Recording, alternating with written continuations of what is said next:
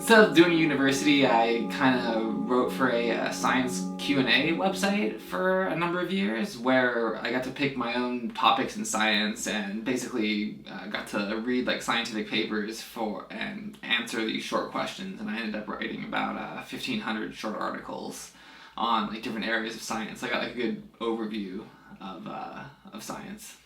My focus is on sharing arguments about the importance of artificial intelligence to the future of human civilization and encouraging people to take a closer look at it and do something about it.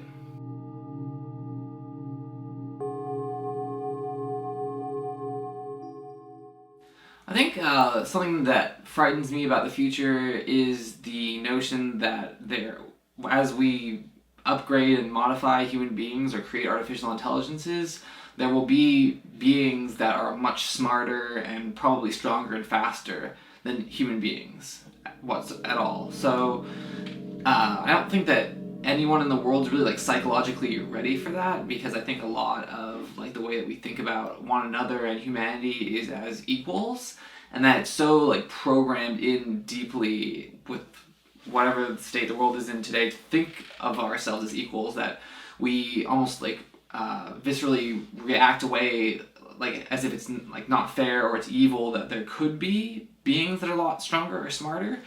But so I think that makes us unprepared for dealing with that eventuality actually occurring. And I think that's something that we can't avoid. Like, we can't upgrade everyone on the planet slowly and at the exact same time. So we're going to be looking at a world in the next 50 to 100 years where there are big power disparities and intelligence disparities, and we need to figure out a way to like make the world work and make it safe for as many people as possible, taking that into account as a fundamental premise rather than like trying to explain it away or like trying to come up with a way where like equality will be preserved forever for millions of years, when it's just not going to happen.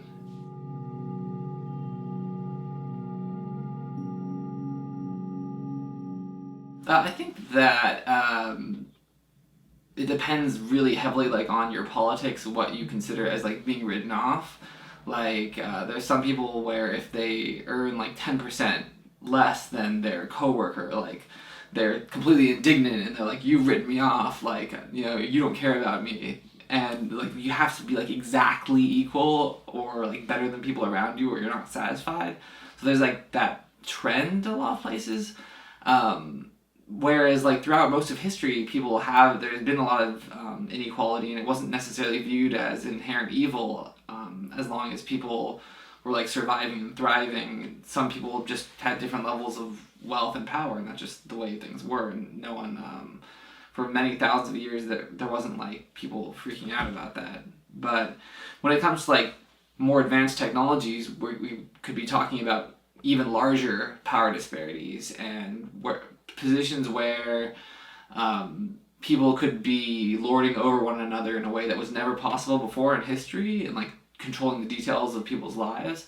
So like, how do we avoid the most negative scenarios? I think that we need to ensure that the first beings that achieve substantially greater than human intelligence are compassionate by and large to the entirety of humanity.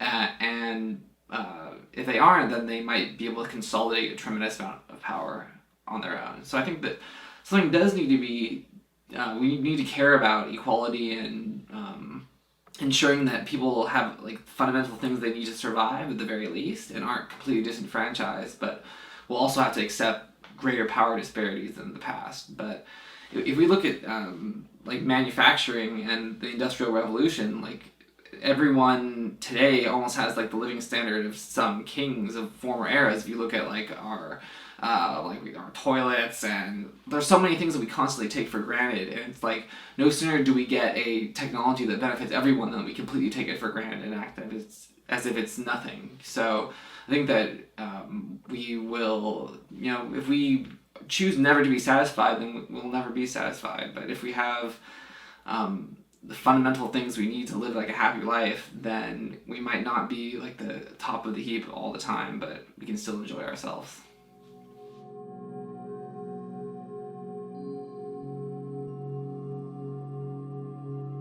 I think that being a human today is essentially the same as being a human in any other part of history at all.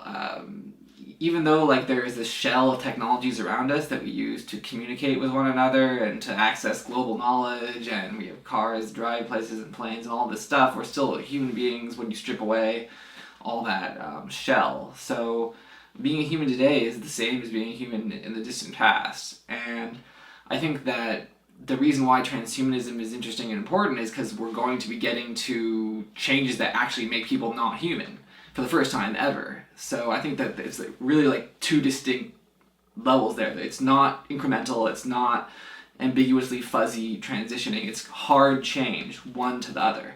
And I think that there's a lot of people in transhumanism that try to portray it as a smooth transition to take the edge off and make it so that like transhumanism is more widely accepted, but I think that's intellectually disingenuous, and we have to admit that major changes, like changing the human brain, for instance, re-engineering any part of the human brain, would be a tremendous change. So, and that when we have the capability of doing that, there's so much room for error and disaster and also great success. Like a tiny neurochemical change can make someone just completely insane.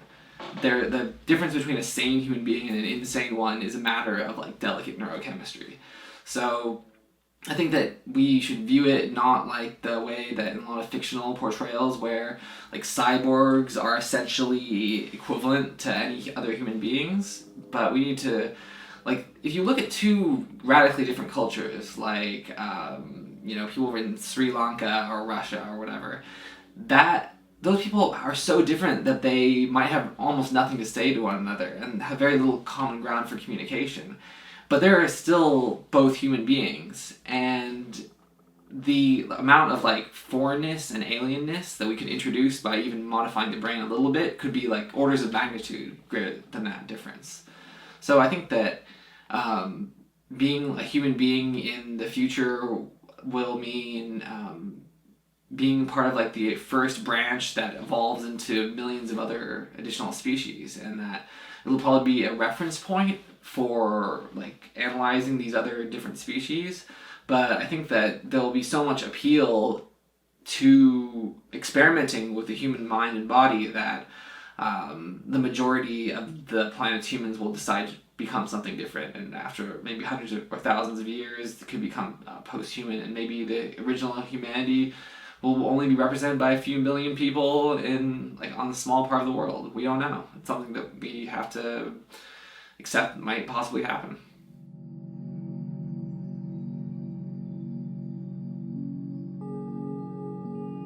There's like the kind of a old yarn, I guess, in sci-fi and philosophy, like how will we treat these like inorganic entities that may or may not have consciousness.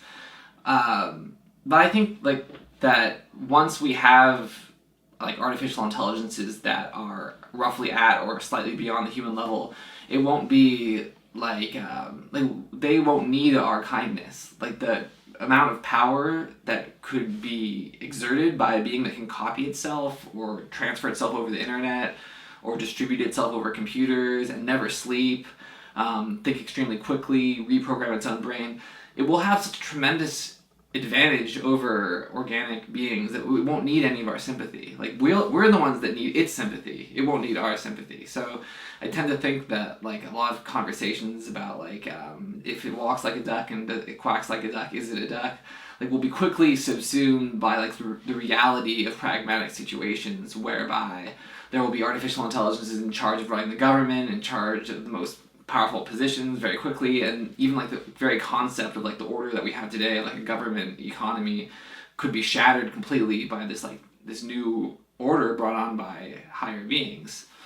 And I think that to view them sort of like as a new tribe, sort of like in the same sense of like Columbus visiting America and encountering like the New World, it's using like the improper metaphor. Whereas I think that maybe a better metaphor would be like a vastly superior alien race invading the Earth or something, and like more kind of like we're at their mercy. So that's why I think that it's so important to take the right steps before that transitionary point to make it so that this new like alien race has a good starting point where it has empathy towards human beings and cares about us. And I think that even the people that most vociferously like say that a machine is a machine and it's different than human beings, like if they, I think that there'll be like works of art created by these inorganic beings or machines that make people throw away the notion that they're inferior to us in any way, shape, or form within like a minute or 30 seconds of experiencing like their works of art. So we can talk like endlessly philosophically, but I think like the real like pragmatic demonstrations in everyday life will have a much greater impact than like what's discussed in a classroom.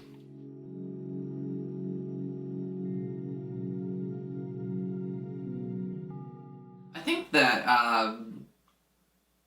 our understanding of ourselves has been very ad hoc and like pieced together over the centuries. And it's essentially been a process of humans being dethroned from being like the favored children of God to being like evolved from monkeys or whatever to like beings on a tiny speck in a vast, immeasurably large universe. So it seems like that the comparative importance of human beings in the scale of the universe has gone down over the last few hundred years, and primarily like science is what is shaping like that kind of redefinition of the human being.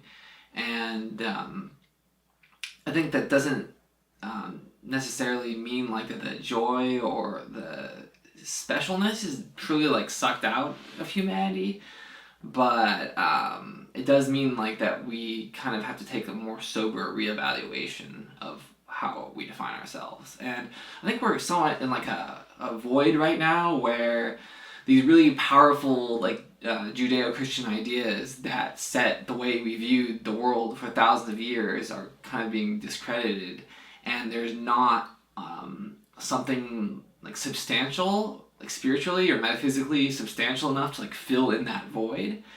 And we're kind of like we're staring at ourselves in the mirror going like, what am I? Like with confusion and apprehension. And I think like the rise of communism in the 20th century was like an effort to, like going way too far in the other direction where like human beings are machines, and saying like that we can suck out the greed of humanity by turning people into like good workers and like reprogram ourselves in that fashion. It completely failed because humans are human beings. So I think we're kind of like in this schizophrenic historical era where we're like God's dead, but the music's still playing, and there's a temptation towards radical, reductionistic scientific oversimplification, and we're kind of like oscillating between these two extremes, and we'll come to rest somewhere in the middle.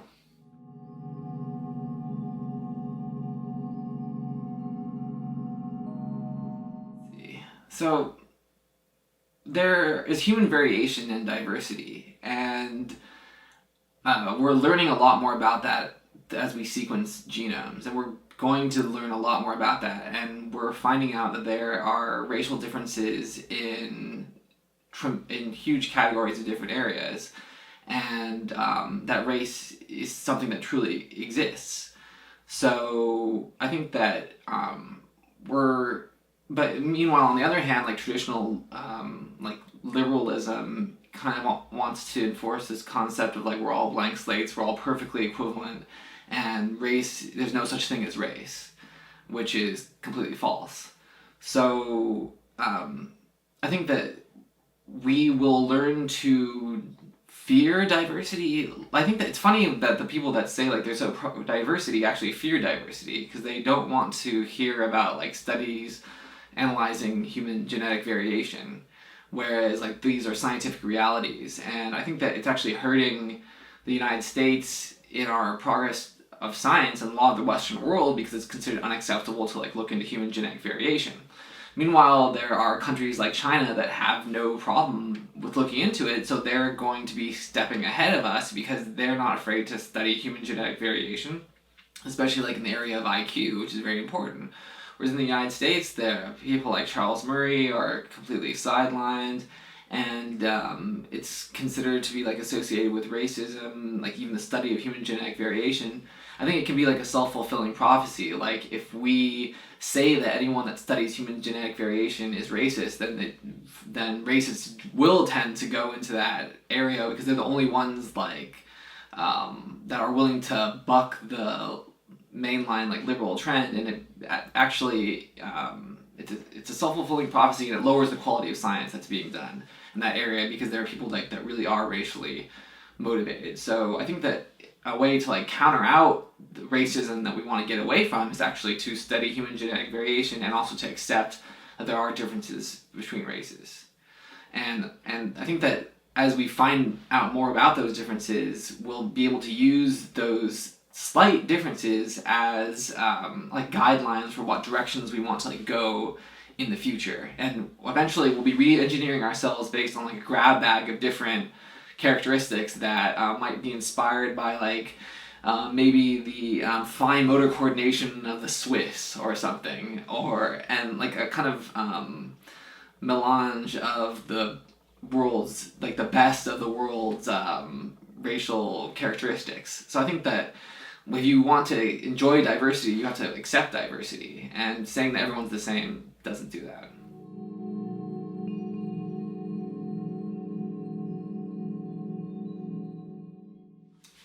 It's funny how atheists really aggressively reject religion, and that's why I did when I was like 11 or something. And I'm still an atheist today, but it's funny the way in which I've come to like see more of a role and a need for like spiritual values, spiritual in quotes or whatever you want to call it, to bind people together. And I don't see any atheist institutions or secular institutions that do as good a job of that as the church does. So when we build up these institutions for hundreds or thousands of years that serve like certain social roles, to like lightly throw them away because they're like factually God doesn't exist can be self-destructive to a society. And I think that there will be like scientific forms of spirituality that rise up and like fill that gap there. I think that I hope that most of the aspects of religion stay rather than go away. And that's never something I would have said right as I became an atheist. I think that religion can help. It's almost like there's been such like a close coevolution between like pro-social societal goals and intentions and religion, that religion's become kind of like a holding place for our expression of pro-social like intentions.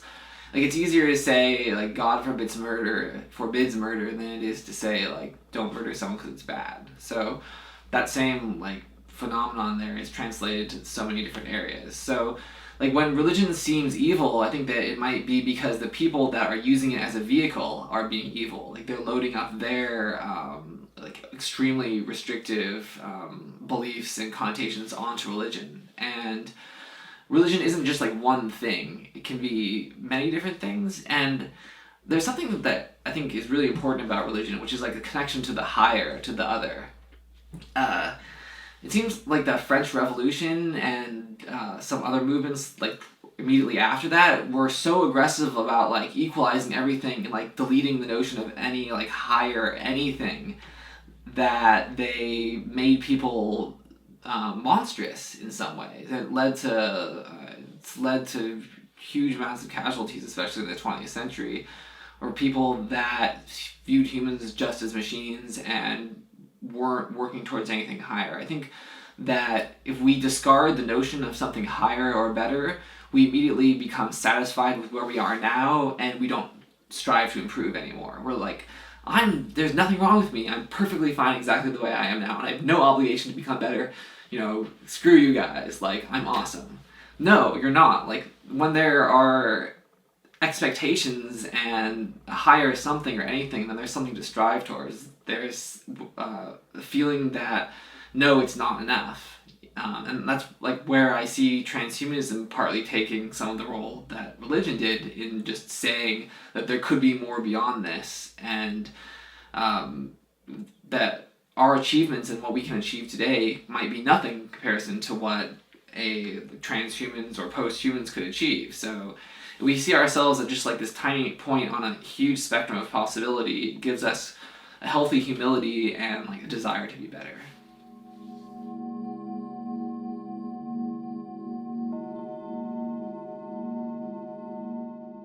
Well, let's see. I mean, it depends on what you define the human baseline as, but I mean, we've been moving beyond the human baseline since we started making stone tools and wearing the furs of animals to stay warm. So we've been moving beyond the human baseline for pretty much the entire time that we've existed as a species. It's probably what defines us as a species, is moving beyond our baseline. And I think that but in the more profound sense of like directly changing our humanity, I think we're still straight at the exact same baseline we've been all along, and that there's no such thing as like a new man or anything. And if you took someone from 100,000 years ago and raised them in a modern family, they might end up being like, maybe they would have like a lower IQ than a lot of other people, but they'd be more or less indistinguishable. And that it's amazing like how much the same humanity has stayed, whereas our technology around us changes, but we don't.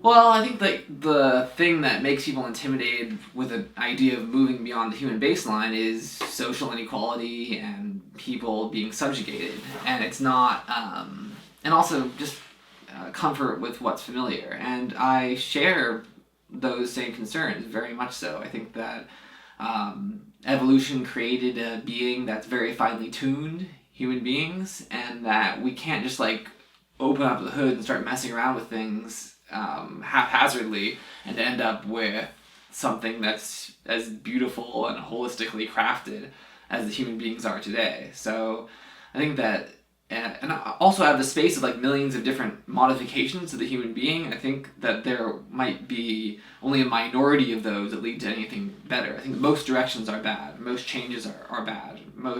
If you open up a car and randomly start changing things around, it's more likely than not you're just going to screw up the car. And I think that's the same way that it works for humanity. And while we should be concerned about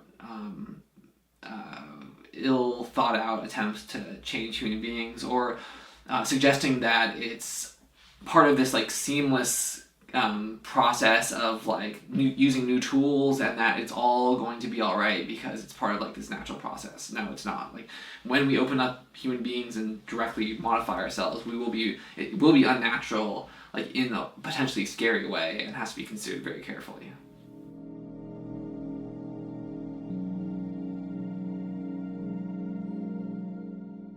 I think that there has never been a utopia or anything close to it, but that the concept of a utopia is sound, and that there will always be movements trying to build a utopia, and that people that say that those who try to build utopias are evil are in a losing battle and will be defeated, because people will be inspired by the prospect of building a better world, and instead of like denying that people will try to build utopias, we should acknowledge that they will try to build utopias. So like the notion of there being like one optimal utopia, to me, I don't know if there could be such a thing, because people's interests continuously expand and change. So even if there were to be a utopia, it would probably have to have like highly dynamic elements that prevent people from getting bored.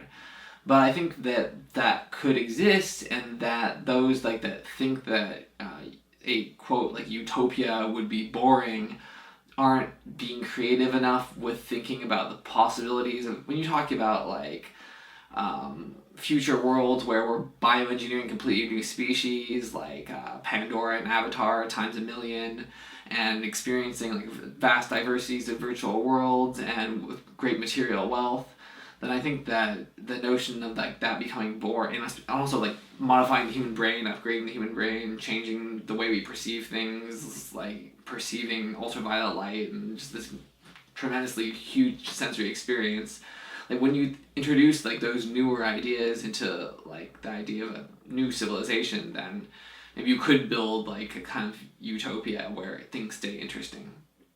So, and also another thing has to do with the fact that nature had no reason to build us to be sane and happy. Like, our sanity and happiness is only valued by nature to the extent that it helps us reproduce, and oftentimes, like, our craziness can help us reproduce more. It's like, anyone, when they get hungry, like, gets a little crazy. Like, that's how, like, if you're a, like, puny or weak person, like, usually, if you take, like, a puny or weak person, like, take away their food, they might not stay, like, so puny and weak for long, because even, like, the weakest among us have a whole series of people that had to reproduce successfully in extremely scarce environments to get here. So the, like, weakest people around, like, aren't really that weak. And it's a zero-sum, like, nature red in tooth and claw, like, history that we come from, and only, like, in the last 50 years have we been able to create, like, this fantasy world that somewhat takes the edge off of that. But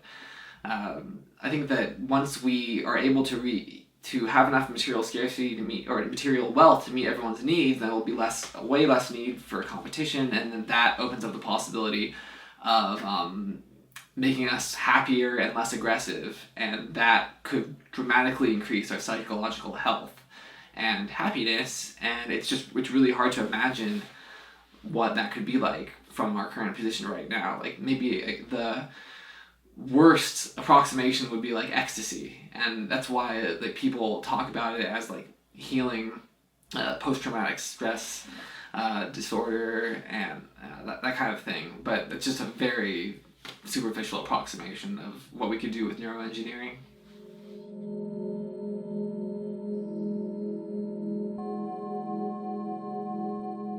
It's interesting, like, if you look at artwork of, like, noblemen or monarchs, like, in the olden days or whatever, like, one feeling that you get by looking at some of those paintings is, like, that calmness.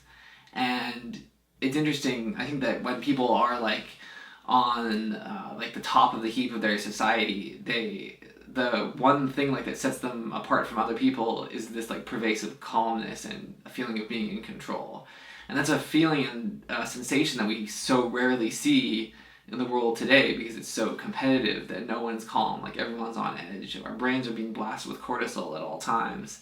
And this is, like, where, like, Zen traditions can come into play, where it's, like, just the notion of, like, a mind being completely calm. I think that is something that we have to strive for. And I hope that as technology develops and we have, like, augmented reality where we can feel like we're running through, like, a sunny field, even if we're, like, in a city, can help, like, bring us slowly in that direction. And I think that the amount of improvement to be gained in those areas is so great that we can barely even comprehend how much better we could be psychologically.